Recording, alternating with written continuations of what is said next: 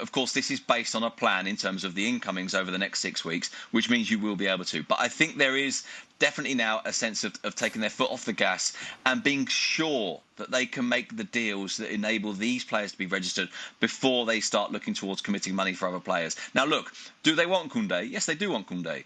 Did they want Bernardo Silva? Yes, they did want Bernardo Silva, but you have to be realistic about what you can achieve. Now, in an ideal world, Koundé would still come. In an ideal world, they would have a way of the amortizations enabling them to pay for him and get through the financial fair play limits. In an ideal world, you get a salary that you think is fitting with the new structure and you can work on that. But that at the moment depends on maybe activating the second economic leverage, which, well, I think definitely they will try and do that, which is of course to sell 15% more of the TV rights.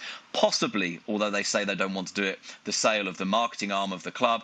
And then, of course, in particular, from a footballing point of view and a cost of salary point of view, they need to be moving Frenkie de Jong and other players on. Now, Frenkie's not the only one, and there are others, and we've mentioned Memphis Depay, for example, but that needs to start happening, I think, before they start committing towards other deals. And this is exactly the reason as to why it doesn't make sense to then spend money and invest money on two players who have a similar profile. In the case of Rafinha and Dembele. If you know that you are spread thin, then why two players that do a similar job?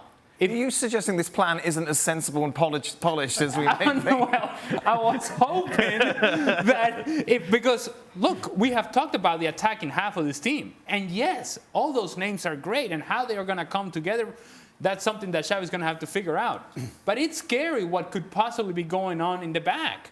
That the answers are not quite there yet. You still don't have a credible right back. Yeah. Serginho Dest is not the answer for you. Sergi Roberto is not a right back. Ronald Araujo is not a right back. And you haven't figured that out just yet. And so that's why I don't quite understand that you go and spend money, fine. It's spread thin, fine. But if you're going to spend this money, then spread it around to the point to where you're able to cover as many holes as possible. Instead, you're trying to cover the same hole with two players.